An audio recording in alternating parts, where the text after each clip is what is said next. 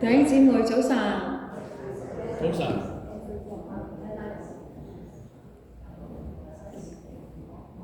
好高興見到你今日，我哋可以一齊嚟敬拜主。我一齊嚟讀呢個宣召嘅經文。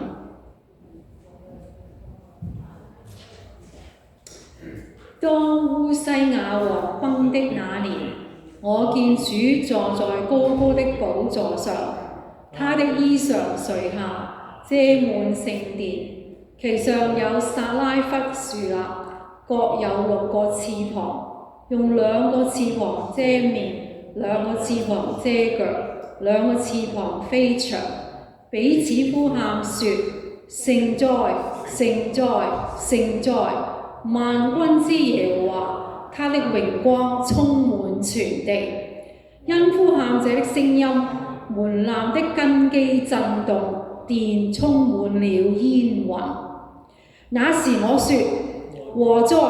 我滅亡了，因為我是嘴唇不潔的人，又住在嘴唇不潔的民中，又因我眼見大君王萬軍之耶和華。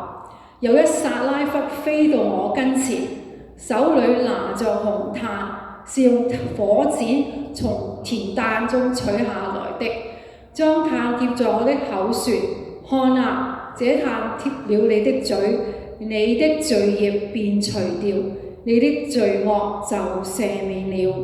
我又聽主的聲音說：我可以差遣誰呢？誰肯為我們去呢？我說：我在這裏，請差遣我。一段好長嘅經文，但係呢，我哋人呢，好多時候需要一啲嘅好嘅圖畫去幫助我哋。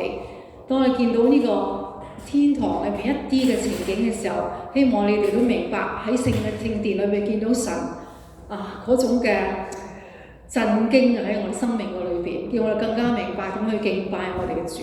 我哋一齊嚟到唱我哋嘅詩歌。嗰首詩歌就叫做 Holy Holy Holy， 聖哉聖哉聖哉。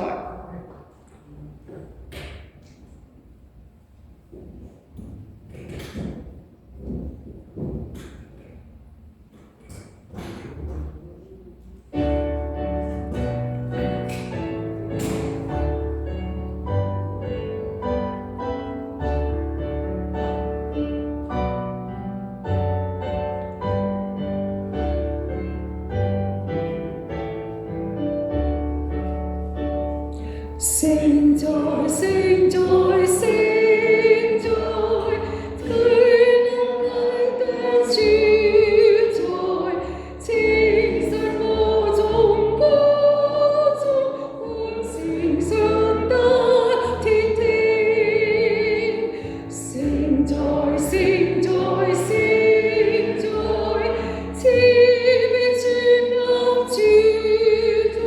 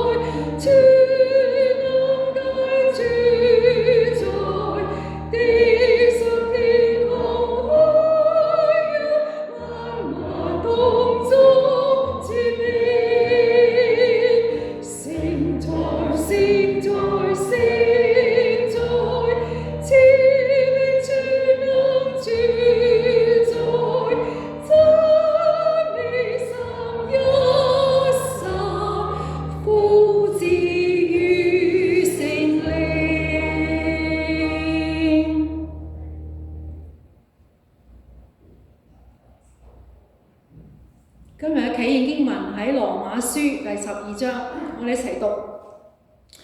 我先讀，所以弟兄們，我以神的慈悲勸你們，將身體獻上，當作活祭，是聖潔的，是神所喜悅的。你們如此侍奉，乃是理所當然的。不要效法這個世界，只要心意更新而變化，叫你哋參太後嘅神的事情，順住我哋的旨意。愛人不可虛假，惡要厭惡，善要親近。愛弟兄要彼此親熱，恭敬人要彼此推讓。殷勤不可懶惰，要心裏火熱，常常服侍主。在指望中要喜樂，在患難中要忍耐，禱告要恆切。聖徒缺乏要幫補，客要一味地款待。逼迫他們的要給他們祝福，只要祝福，不可咒詛。與喜樂的人要同樂，與哀哭的人要同哭。要彼此同心，不要自己高大，好要輔助卑微的人，不要自以為聰明。咁呢一段嘅經文呢，就係保羅勸勉我哋弟兄姊妹應該點樣去相處，或者做一個真真正正跟隨主嘅人。咁我揀咗兩首嘅詩歌，奇異恩典同埋係下邊一首嘅詩歌都係提醒我哋，就係當我哋要去神嘅面前，能夠去做一個好基督徒嘅時候，就係一樣要做嘅就係我哋生命裏邊一定有一個重生，就係嗰個。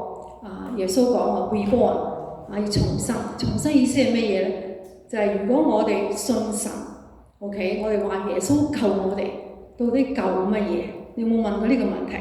救乜嘢？救你 from what？ 中西人就講話 from what？ 係由邊度？點解要救？救乜嘢咧？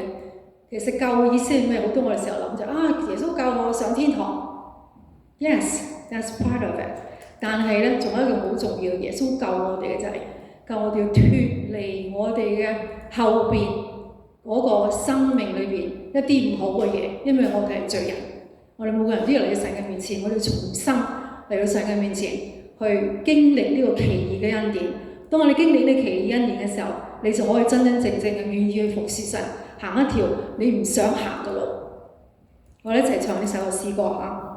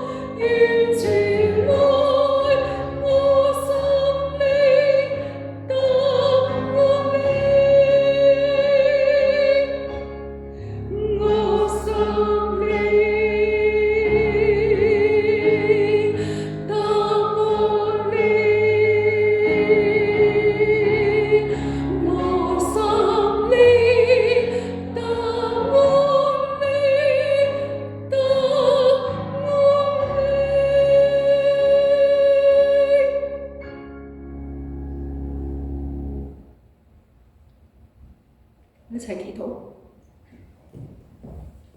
大家早晨，請大家起立，我哋一齊同心禱告。禱告之後，我哋一齊念主禱文。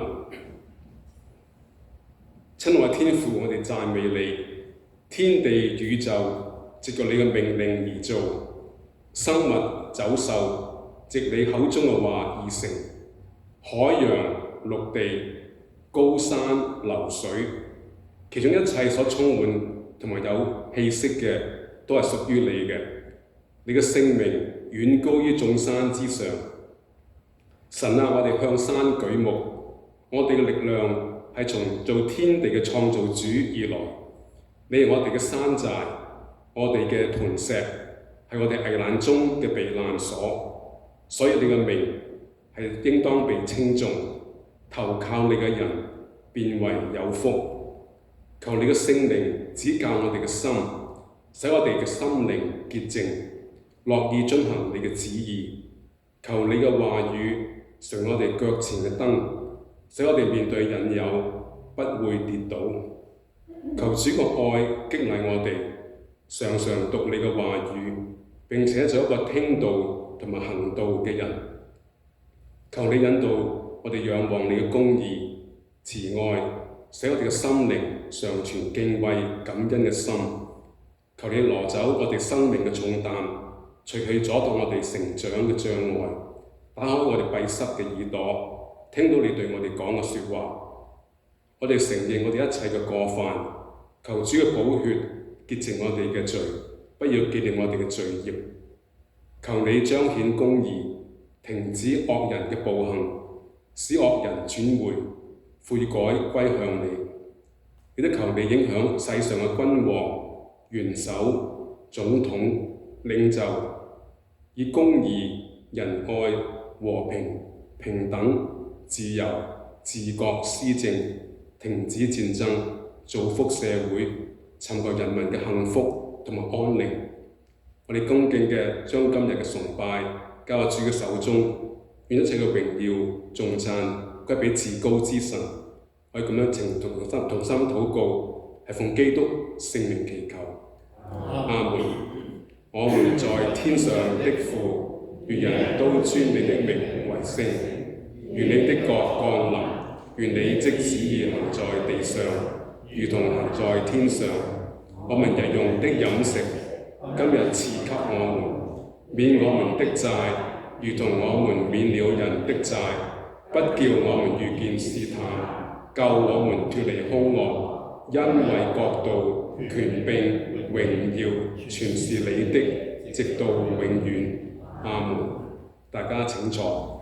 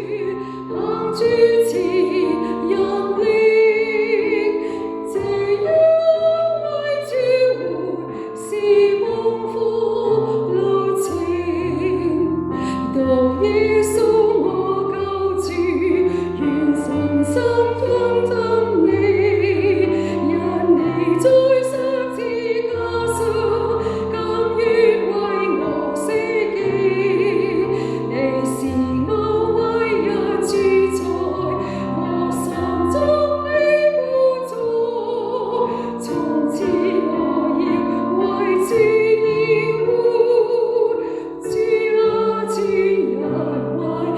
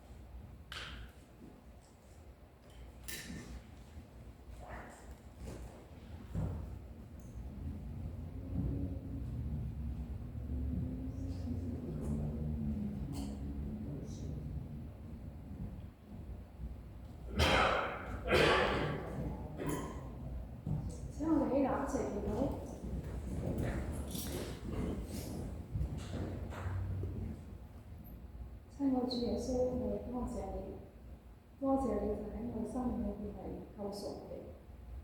神啊，你教導我哋要將我哋嘅金錢獻上，最重要嘅嘢就係將我哋自己嘅身體，我哋自己親身嘅獻上當作活祭。就喺我哋生活，我哋每一天我哋表達咗個感恩嘅心，嚟過我哋餘下一生。我感謝主你為我哋所預備嘅每一切，我哋嘅天氣，我哋食物，我哋所有一切所用嘅嘢，主啊都係你恩典所俾過我哋。主啊，你幫助我哋，我哋真係活得有意義、有 purpose、有呢個能力去繼續去行走我哋嘅道路。我諗禱告奉主耶穌嘅名求，阿門。我哋一齊唱三頌。讚美真神萬福之源，世上萬民都當頌揚，天使天君讚美主名，讚美聖父聖子聖靈，阿門。請坐。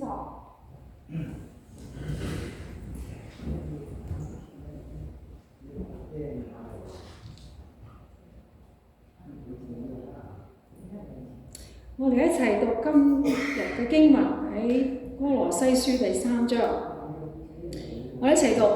所以你們若真與基督一同復活，就當求在上面的事，那裏有基督坐在神的右邊。你們要思念上面的事，不要思念地上的事，因為你們已經死了，你們的生命與基督一同藏在神裏面。基督是我們的生命，他顯現的時候，你們也要與他一同顯現在榮耀裏。所以要治死你們在地上的肢體，就如淫亂、污穢、邪情、惡念和貪婪。貪婪就與拜偶像一樣，因這些事神的烈怒必臨到那逆之子。當你們在這些事中活着的時候，也曾這樣行過。但現在你們要棄絕這一切的事，以及惱恨、憤怒、惡毒、毀謗，並口中污穢的言語。不要彼此說謊，因為你們已經脫去舊人和舊人的行為，穿上了新人。這新人在知識上漸漸更新，正如做他主的形象。所以你們既是神的選民，聖潔蒙愛的人，就要存憐憫、恩慈、謙卑、溫柔、忍耐的心。倘若這人與那人有嫌隙，總要彼此包容，彼此饒恕。主怎樣饒恕了你們，你們也要怎樣饒恕人。在這一切之外，要存着愛心，愛心就是聯絡全德的。又要照基督的平安，在你們心裏作主。你們也為此蒙召，歸為一體，且要存感謝的心。當讓各樣的智慧，把基督的道理豐豐富富地存在心裏，用詩章、頌詞、靈歌彼此教導，互相勸誡，心被恩感，歌頌神。你們要恆切祈禱，在此警醒感恩，也要為我們禱告，求神給我們開傳道的門，能以講基督的奧秘。我為此被捆鎖，叫我按着所該說的話，將這奧秘發明出來。你們要愛惜光陰，用智慧與外人交往。你們的言語要常常帶着和氣，好像用鹽調和，就可知道該怎樣回答各人。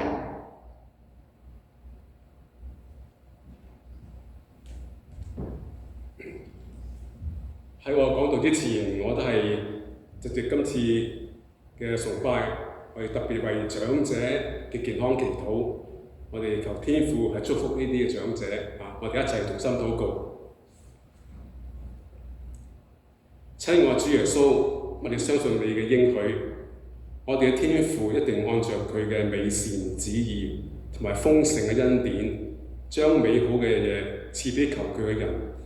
所以我哋憑着信心向你祈求。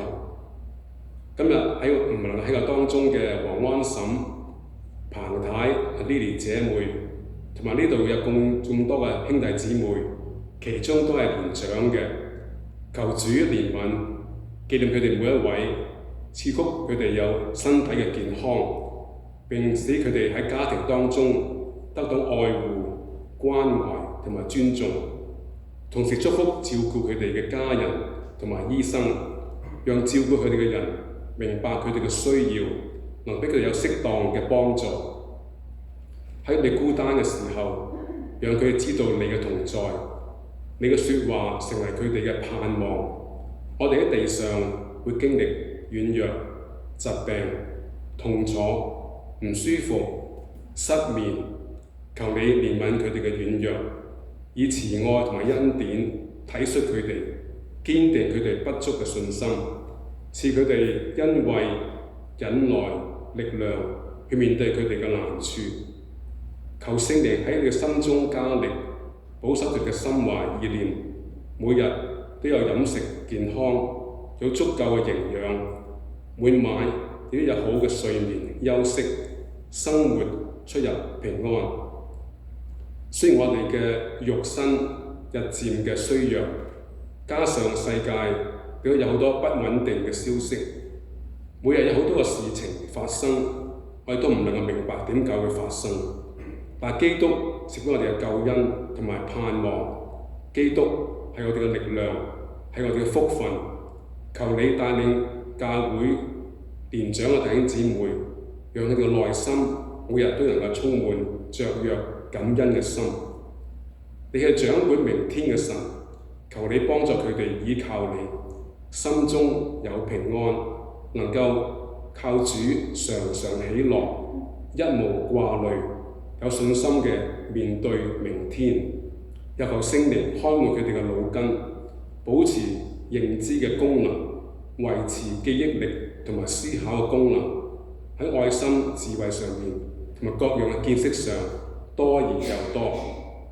我深信天父喺多年前喺你心裏邊已經動了善功，接受基督耶穌，一直蒙主嘅保守，忠心嘅跟隨基督。求主你繼續每天帶領佢哋成全你喺身上嘅旨意。求主恩待今日嘅信息，向我哋講明你嘅旨意，使我哋嘅生命得到幫助。我哋謙卑仰望交託，奉基督聖名祈求，阿門。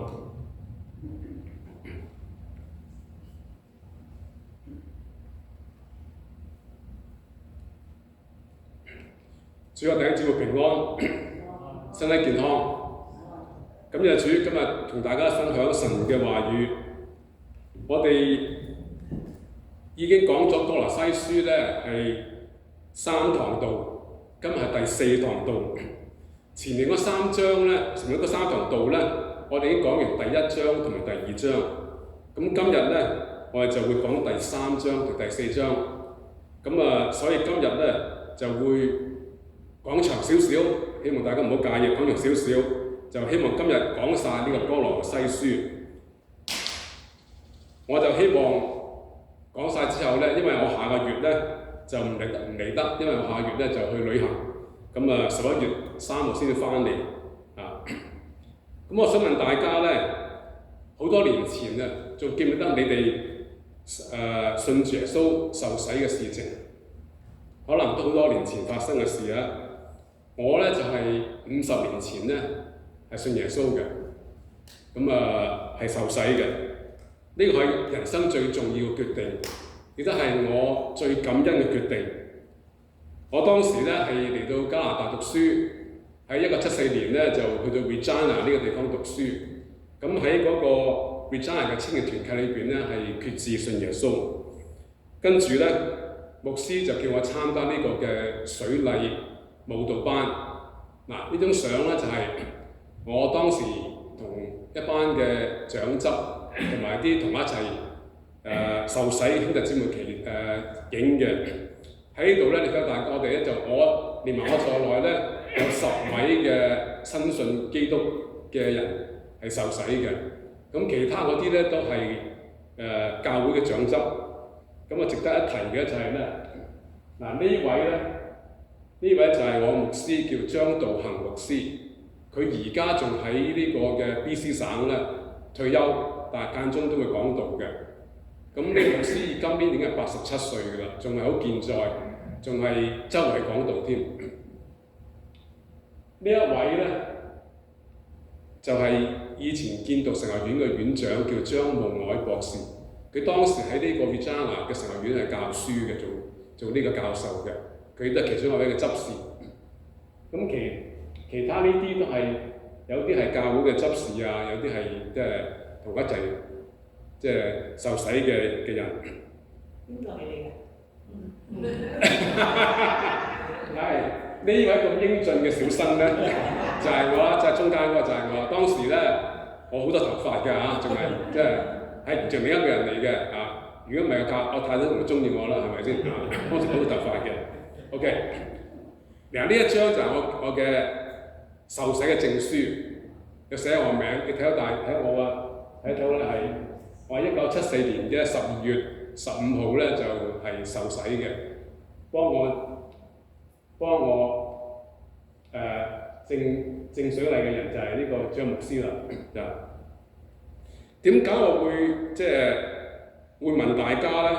因為咧今日我哋講嘅道咧就係同呢個洗禮有關係嘅。嗱，其實咧喺馬太福音第28章都咁講，所以你們要去使萬民作我的門徒，奉父子聖靈嘅名，給他們施洗，凡我所吩咐你們的，都教訓他們遵守。我就常與你們同在，直到世界的末了。所以呢度講到清楚就係咧，信而受洗係基督嘅吩咐，係基督嘅命令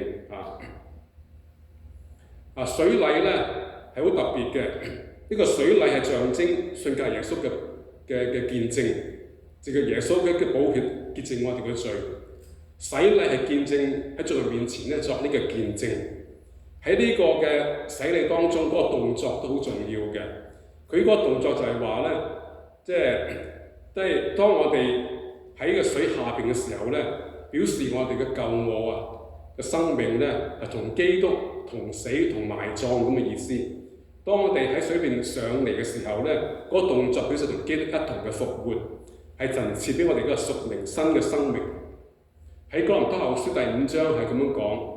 若有人在基督裏，他就是新造的人，舊事已過，都變成新的了。如果我哋真係新造嘅人，我哋以後就要認真嘅活出呢個新嘅生命。喺呢個第3章第1節嗰度咁樣講，佢話：你們若真與基督一同嘅復活，嗱，基督復活之後咧，佢放低包住佢嗰個嘅細麻布啊，離開墳墓。我哋信耶穌之後，我哋都一樣係放下我哋嘅舊我，離開我哋嘅舊嘅生命。基督復活之後，佢向好多嘅門徒去顯現，同佢哋相處、服侍、鼓勵佢哋。好多人咧都曾經見到基督嘅復活。我哋一樣信耶穌之後咧，我哋同其他信徒嘅相交，有團契、有聚會，一同嘅敬拜，好似今日咁樣，係彼此代禱，係彼此嘅鼓勵，係彼此嘅服侍。基督復活之後，佢就升天啦，佢就翻到去父神嗰度，佢應許會再翻嚟嘅。因為約翰福音14章係咁樣講話：我若去為你們預備了地方，就必再來接你們到我那裏去。我在那裏，記了你，叫你們也在那裏。睇翻呢個第1節，呢度話跟住話：當求在上面的事，那裏有基督坐在神的右邊。基督復活之後，佢翻去天上，佢坐喺神嘅右邊。嗱，坐喺神嘅右邊咧，右邊表示一個係最高榮耀、尊貴嘅位置。基督係擁有天上地下一切嘅權柄，佢能夠統治萬方，佢戰勝撒旦，佢係得勝嘅羔羊，佢喺天上係坐著為王，配得最高嘅榮耀尊貴。佢係主之主、萬王之王，佢嘅國度係傳到永遠。你哋要思念上面的事，不要思念地上的事。嗱，呢個係一個命令。咩叫上面嘅事呢？上面嘅事就係神嘅事，係代表神嘅價值觀。神嘅價值觀係反映神係聖潔、係公義，佢嘅慈愛、良善，佢嘅真理係滿有榮耀尊貴。所以追求聖潔、尋求公義、愛慕良善同埋真理、敬畏神、榮耀神、愛神愛人，就係思念上面嘅事，使我哋嘅生命更加嘅盡心，活得更加嘅豐盛。我哋係天國嘅子民，自然就要將個生命個方向轉去上面。我哋要改變舊嘅觀念。保羅叫我哋唔好被地上嘅事纏繞，唔好跟隨世俗嘅事，唔好放縱情慾嘅事。呢個係我哋一生嘅努力，係不斷嘅走向基督成聖嘅方向。思念上面嘅事係幫助我哋培養我哋嘅屬靈嘅品格，令我哋嘅生命結出聖靈嘅果子。因為你們已經死了，你們的生命與基督一同藏在神裡面。我哋舊嘅屬靈生命同基督一同嘅死了，我哋嘅新生命同基督一同係藏喺神裏邊。呢度有3點嘅，我哋可以講嘅。第一，我哋嘅生命同基督一同藏喺神裏邊，係基督係深愛我哋，佢揀選咗我哋，佢賜俾我哋各樣屬靈嘅福氣，所有完全都係基督救贖嘅工作，同埋基督賜俾我哋恩典。我哋得救係本乎恩，基督嘅生命係為我哋而死，令到所有信嘅人得着呢個福氣復活。我哋只係一個蒙福嘅人。第二，我哋嘅生命同基督一同藏喺神裏邊，係非常嘅堅定穩固，冇任何嘢或者力量係將我哋同基督嘅愛係隔絕。第三，我哋嘅生命同基督一同藏喺神裏邊，係基督賜俾我哋能力，係轉化我哋嘅生命，係基督希望我哋嘅生命越嚟越豐盛，越嚟越像基督。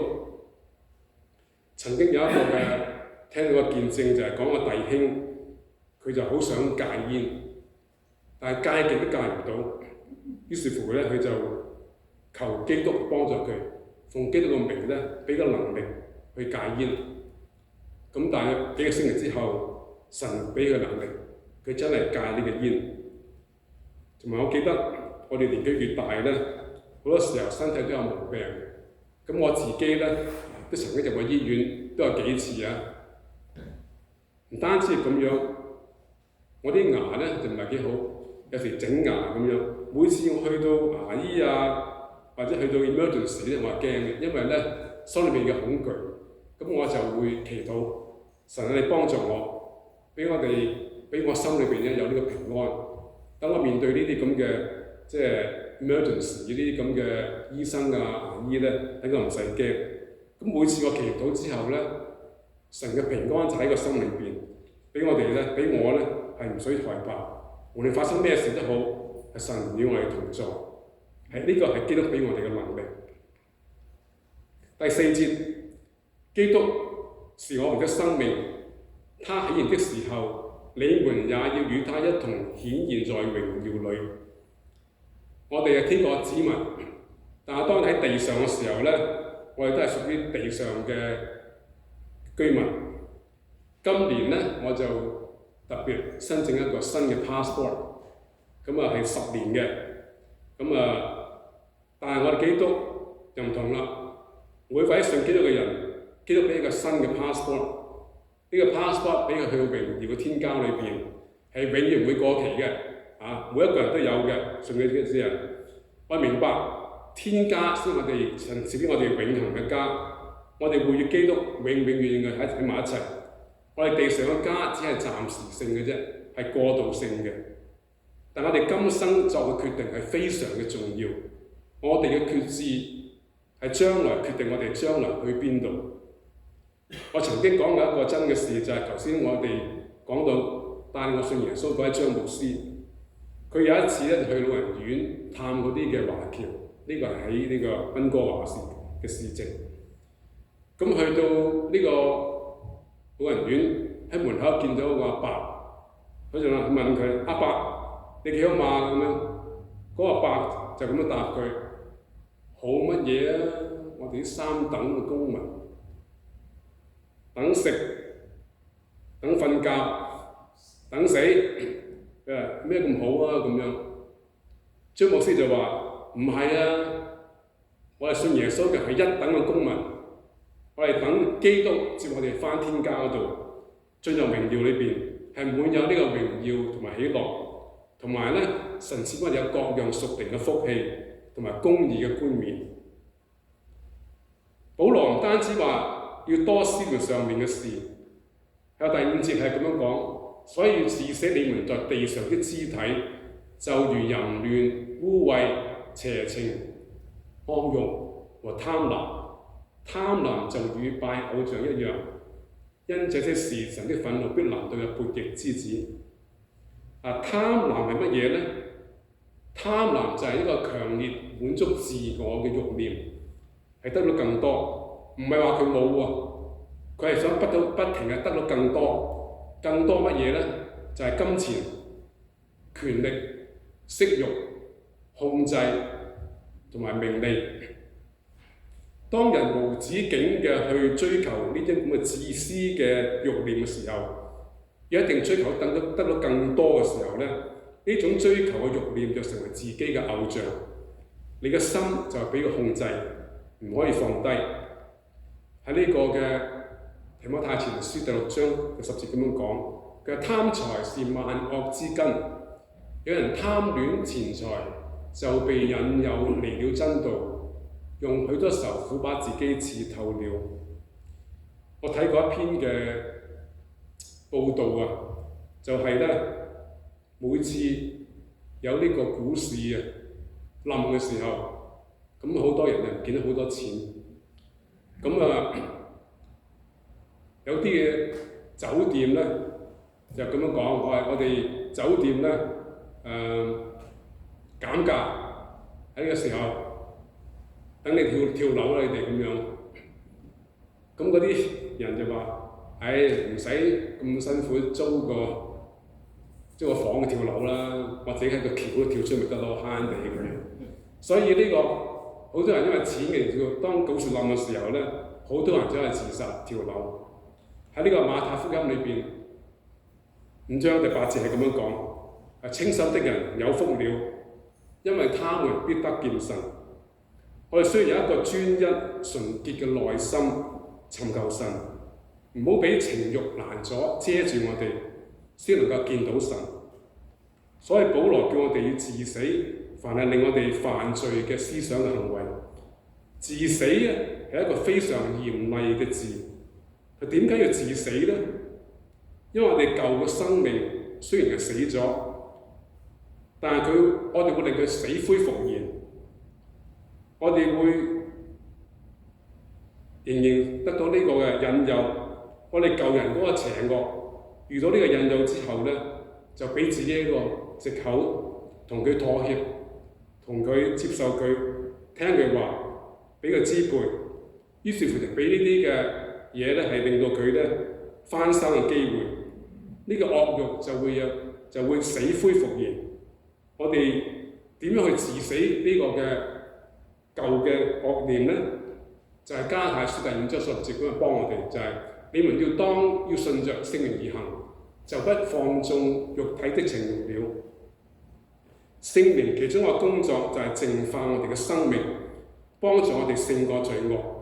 聖靈係不斷想引導我哋成聖，問題就係我哋肯唔肯聽聖靈嘅話，順着聖靈而行。曾經有一個弟兄咧，佢面對呢啲情慾嘅試探，令到佢咧係好難去親近神，但係佢好難都係冇能力去擺脫呢啲情慾嘅試探。於是乎咧，佢就求聖靈幫助佢，佢就祈禱，求神幫助佢擺脱呢啲嘅試探。咁大約2個星期之後咧，好奇怪嗰啲嘅情慾嗰啲嘅念頭就走晒冇晒。我自己咧就有另一個嘅經歷。我40幾年前咧喺呢個 Regina 做工嘅時候咧，喺呢個鋼鐵公司個工作嗰度做。喺我做工嘅環境裏邊咧，個同事都講粗口嘅。嗱，呢係即係當然西人嘅環境入邊咧，個個講粗口。咁日日都聽到啲人粗口，即係傾偈好，乜嘢都好。咁大約2、3月之後咧，咁我祈禱啦。我每次祈禱嘅時候咧，就聽到人講粗口，個腦袋裏邊嗰啲嘅粗口走翻嚟咧，係即係騷擾我，令到我好難集中係祈禱讀聖經。咁我就好沮喪。我知道呢啲都係撒旦藉著呢啲咁嘅嘢咧，去即係攻擊我，係破壞我自己嘅屬靈生命。我就求神幫助我咧，等我祈禱嘅時候咧，拎走呢啲咁嘅聲音，拎走啲粗言穢語嘅聲音。但係都要等咗半年之後半年之後咧，嗰啲嘅聲音慢慢係越少，跟住就冇晒，都係成個恩典幫助我。第6節，因這些事，神的憤怒必臨到那悖逆之子。神係聖潔，係公義，神係憎恨一切嘅罪惡。神發怒係因為佢憎恨人犯罪。喺呢個羅馬書第1章18節咁樣講，我哋一齊去讀啊！神嘅憤怒從天上顯明在一切不虔不義的人身上，就是那些行不義、阻擋真理的人。正如呢個創世記第6章第5節咁樣講，耶和華見人在地上罪惡很大，將佢所思想的盡都是惡。呢一節嘅經文係講乜嘢呢？就係因為耶和華見人嘅罪惡好大，所以佢就決定降呢個洪水泛濫喺地上。神嗰個憤怒大到咧，要滅絕世上所有嘅人，除咗挪亞之外，連埋嗰啲嘅動物。所以耶和華嘅憤怒係非常之嘅犀利。你諗下當時嗰個洪水泛濫嘅時候，40日裏邊不停咁樣去落雨。如果挪亞裝亞出邊，打開窗喺個方舟度裝出邊嘅話咧，係滿地屍體嘅，知唔知啊？滿地都浮晒所有屍體，因為死晒嗰啲人呢個係好可怕嘅事情。喺呢個約翰福音第3章嘅36節咁樣講，我哋一齊去讀啊！信子的人有永生，不信子的人得不着永生。神的震怒常在他身上。嗰啲唔信耶穌嘅人，佢哋嘅罪喺佢身上，就好似呢張圖畫咁樣。嗰啲嘅罪咧，好似個藥膏咁樣咧，係貼實嗰個罪人，跟住個罪人嘅，係走唔甩。好似一啲強力膠水咁樣咧，係黐實佢嘅，係唔走得。神嘅憤怒就跟住呢啲嘅罪喺佢身上嗰度。但係我哋信耶穌嘅人就唔使害怕。因為咧，神藉著基督耶穌基督寶血係潔淨我哋嘅罪，係擋開神嘅憤怒。信唔信耶穌係人嘅決定，個人都有自己嘅選擇。但係嗰啲唔肯悔改信耶穌嘅人咧，就要知道佢哋嘅後果。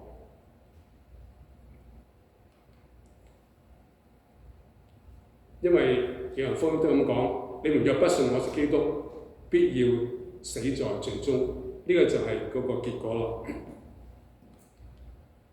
跟住保羅喺第8節係咁樣講，佢繼續講呢啲嘅犯罪嘅思想行為係乜嘢？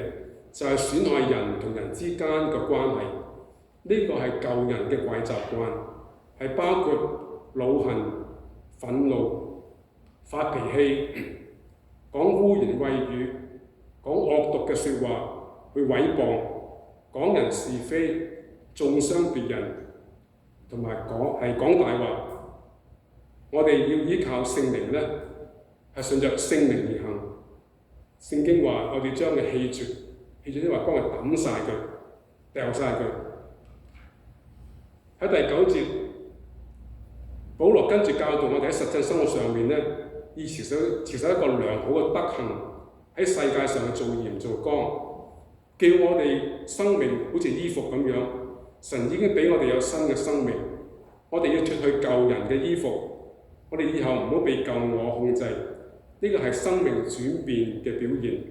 好似你買咗衫咁樣去飲，你唔會着一件新衫之後咧，外邊仲着翻件舊衫咧，包住嗰件新衫，你一定會除咗件舊衫佢。新人嗰個生命着嘅每一件衫咧，都係好特別嘅，係聖靈為我哋設計。呢啲嘅衣服咧係聖潔、公義、真實、良善。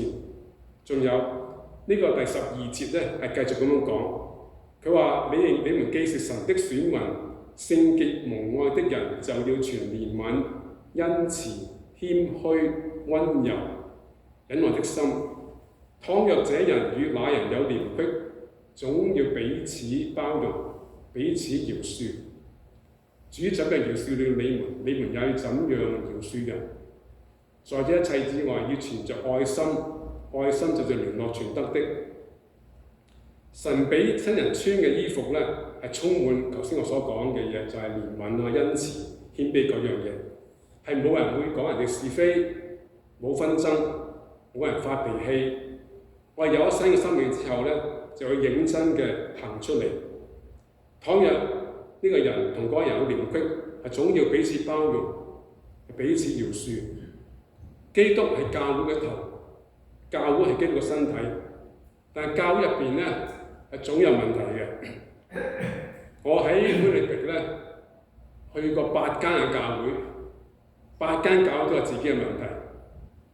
呢個係人嘅問題，因為教會裏面充滿啲唔完全嘅人。教會之中，人與人之間相處咧，有意無意都可能會傷害到別人。雖然我哋係唔想犯錯，但難免有時我哋都可能唔覺意咧係犯錯咧，係得罪咗第二個人。我唔知大家有冇咁嘅經歷？如果有一個未信嘅人傷害你，你當然係唔舒服嘅。嗰個人因為未信耶穌嘅，你覺得可以饒恕佢。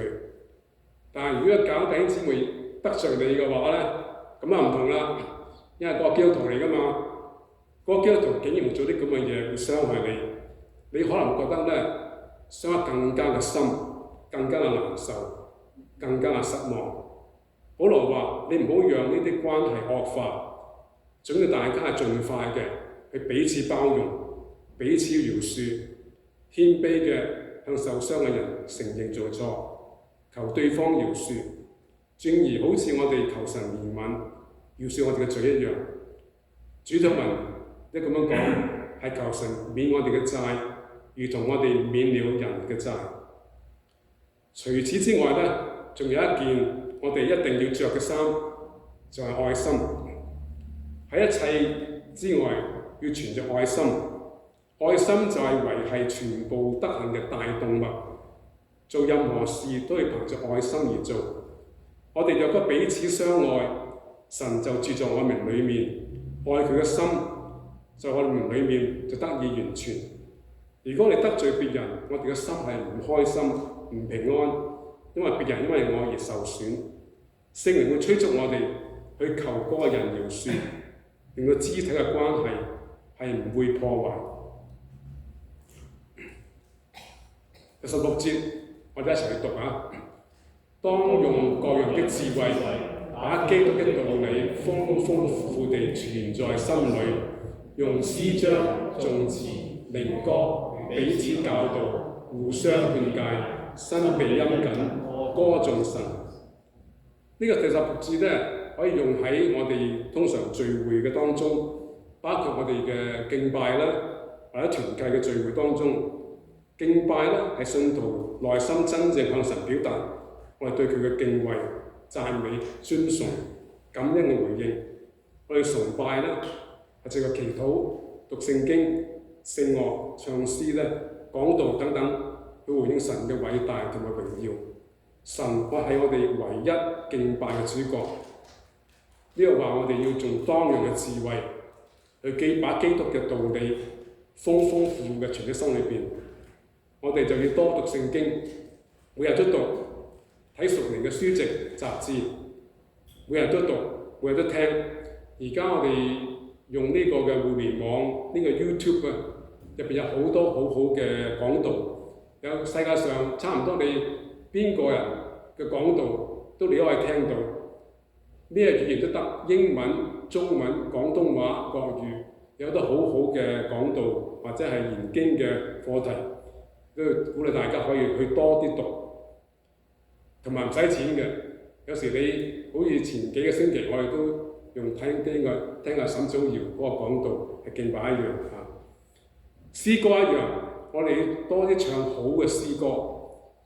而家好多嘅新嘅歌咧，佢哋好容易唱嘅，但我覺得咧嗰啲入邊嘅詞句咧係比較簡單啲，比較以前我哋嗰啲嘅聖詩咧，而家新歌嗰啲入邊嗰個神學嘅內容咧，我覺得個深度咧係冇咁深嘅。我哋以前讀開即係唱開嗰啲聖詩好經典嘅，好似頭先我哋唱嗰首叫聖哉聖哉聖哉，奇異恩典。有福的確據，因有歌，你真偉大，呢啲都好好嘅聖詩。佢入邊有好多嘅真理，好有意思，亦都好美麗嘅文學。我哋可以多讀，去多聽，多唱歌，將呢啲咁嘅聖經嘅話語、聖詩咧，裝滿我哋嘅心裏邊，令到彼此嘅分享、彼此嘅勸勉。咁啊，講翻我頭先個張牧師啦。咁我前幾年見翻張牧師喺呢個溫哥華，跟張牧師咧就同我分享，佢而家退休之後咧，佢就好早就瞓覺，9點鐘就瞓覺㗎啦夜晚。但係佢咧就5點鐘朝頭早起身嘅。呢個我就分享佢嘅智慧啊！佢5點鐘起身之後咧，就食早餐，就去讀聖經，去靈修。咁跟住咧，佢就出去散步。佢會出去散步1個鐘頭，不停咁樣行，即係散步。呢個就係叫運動。佢同我講，佢話你一定要用腳行啊！你唔用佢嘅話咧，神會攞翻你哋行唔到㗎啦咁樣。所以而家87歲咧，佢仲周圍去行嘅。好啦，咁佢朝頭早行完之後咧，佢就會去麥當勞嗰度飲咖啡啦。咁飲咖啡嘅時候咧，佢有本簿仔喺個袋揞出嚟，佢就喺飲咖啡嘅時候咧，就寫佢嗰日嘅靈修嗰個嘅筆記，寫下神嗰日同佢講嘅説話，嗰啲嘅心得。咁佢咧聖靈就俾佢嘅話語，佢就將呢啲好寶貴嘅嗰啲嘅，即係嗰啲思想、嗰啲經文、嗰啲嘅心得咧寫低。咁佢就用嗰啲嘅心得咧寫低晒之後咧，就幫助佢將來同人講道嘅時候咧，就分享神俾佢嘅恩典。我自己咧就朝頭早起身咧就會食早餐，我就喺個 deck 嗰度坐喺度咧，就望住個後嘅花園。我就喺段時間裏邊就默想，即係好安靜嘅，即係神有咩説話同我講咧，我就會即係同人傾偈啊，諗一啲嘢啊咁樣。呢個就係我自己嘅默想。咁我同太太都係現在參加2個聖人教會嘅詩班。咁每年喺詩班裏面都學到好多嘅新嘅歌，我哋唱嘅。咁我唔知大家可唔可以分享你嘅智慧，點樣即係將呢啲神嘅話語經文係豐富擺喺心裏邊。咁10月11號咧就有一個感恩節嘅聚餐啦。咁到時大家可以分享感恩，講下神喺身上嘅恩典啊。第4章第2節我講第4章啦嚇。你咪要恆切禱告，在此警醒感恩。我哋記得每日都要祈禱，記得為呢啲重要嘅事情祈禱。保羅咧提醒我哋要警醒，唔好咧慢慢墮入呢個屬靈嘅怠慢懶散，因為咁樣緣故咧，我哋好容易咧係被引誘跌倒。喺呢馬可福音裏邊第14章38節咁樣講話，總要警醒禱告，免得入了迷惑。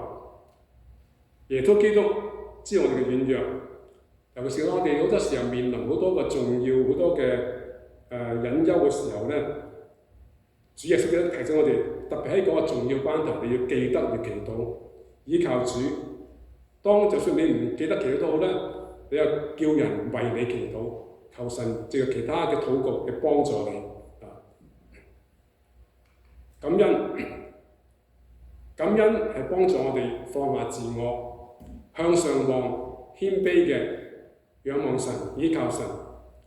要好小心睇見神嘅恩典，記得神喺我身上一切嘅作為，記得去感謝佢，為你嘅救恩，為到你嘅生命健康，為咗你多年嘅配偶，神賜俾你嘅家庭、你嘅兒女、你嘅兒孫，賜俾我哋教會兄弟姊妹敬拜，唔好忘記一切嘅恩惠。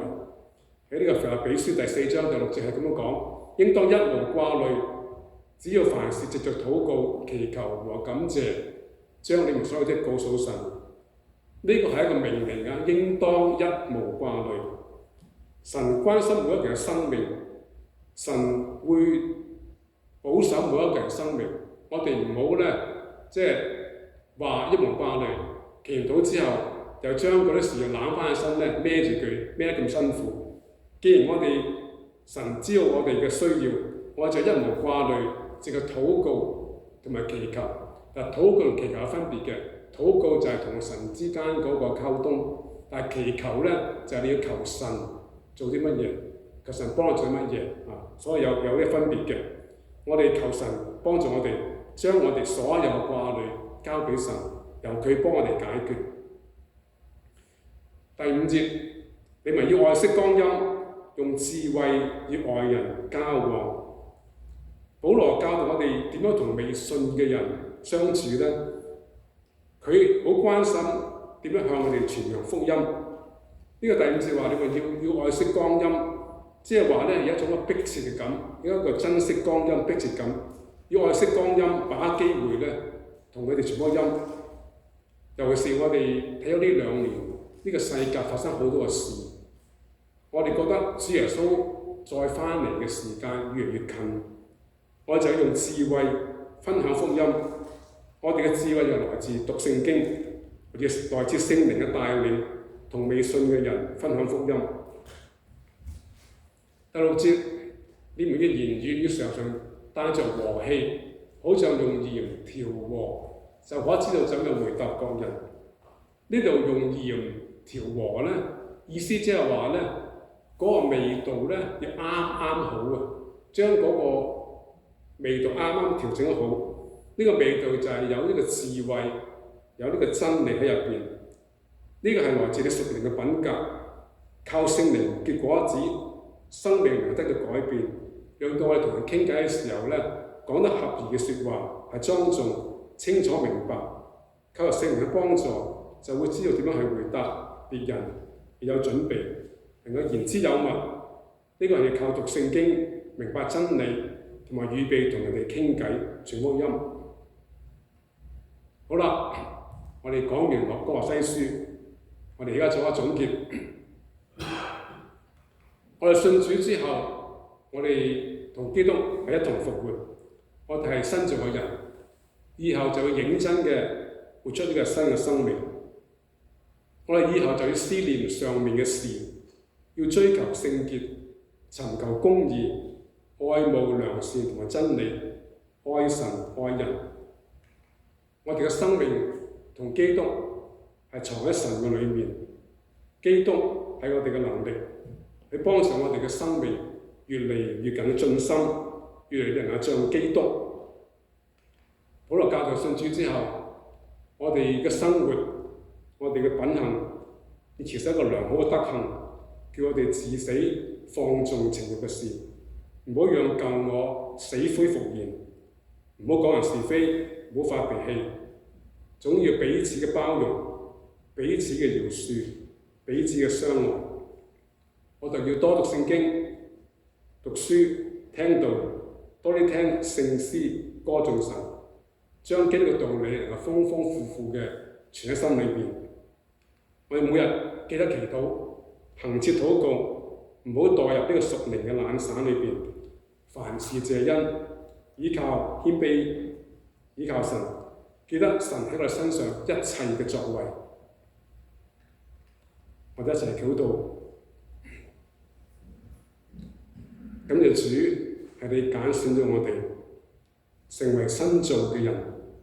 求你恩待我哋嘅軟弱，使我哋能夠多思念上面嘅事，追求聖潔、公義、成聖，幫助我哋嘅生命越來越剛強，越嚟越豐盛，持守良好嘅德行，彼此嘅相愛，叫我哋跟隨聖靈而行，多讀聖經，多聽道，恆切祈禱，亦都治死令我哋犯罪嘅情慾，唔好讓佢死灰復燃。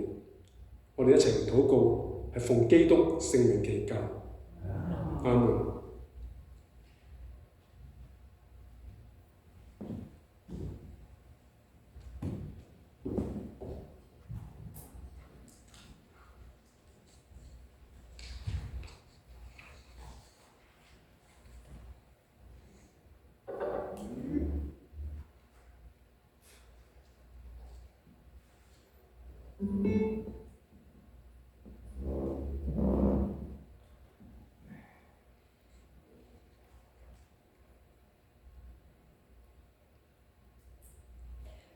藉我賜恩福知你頂唱識上一首歌啦，有冇聽過首歌？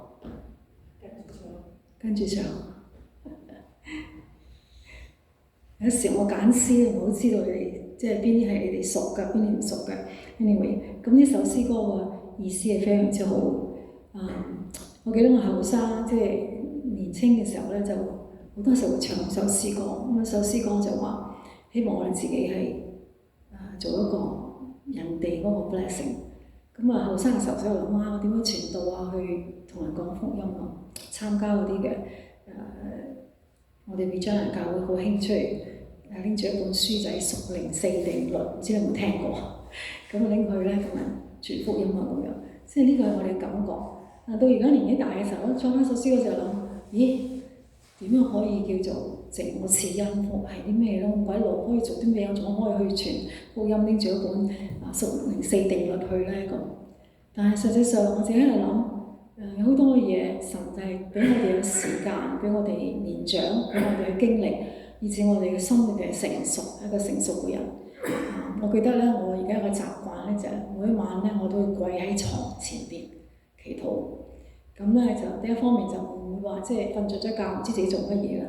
咁另一方面我就覺得嗰個係一個好好嘅，即係叫做咩令我記得點樣喺我床前未瞓之前咧，去將我整日嘅事情去感謝主，亦都係同樣嘅係為我周圍身邊所有嘅人去禱告。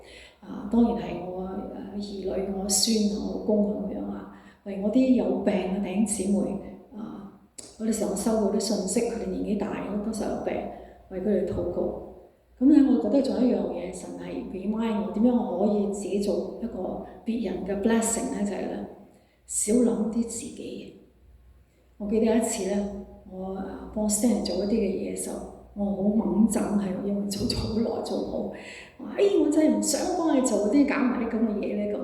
但係突然間有聲音同我講就話：你唔係為佢做，係為我做。為我係咩？係神。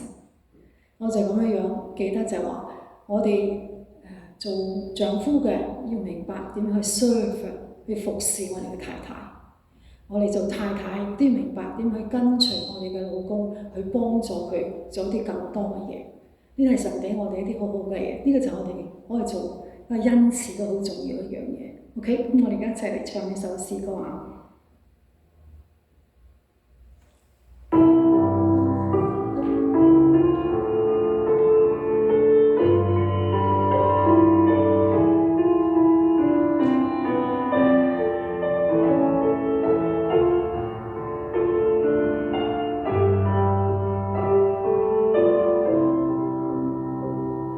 在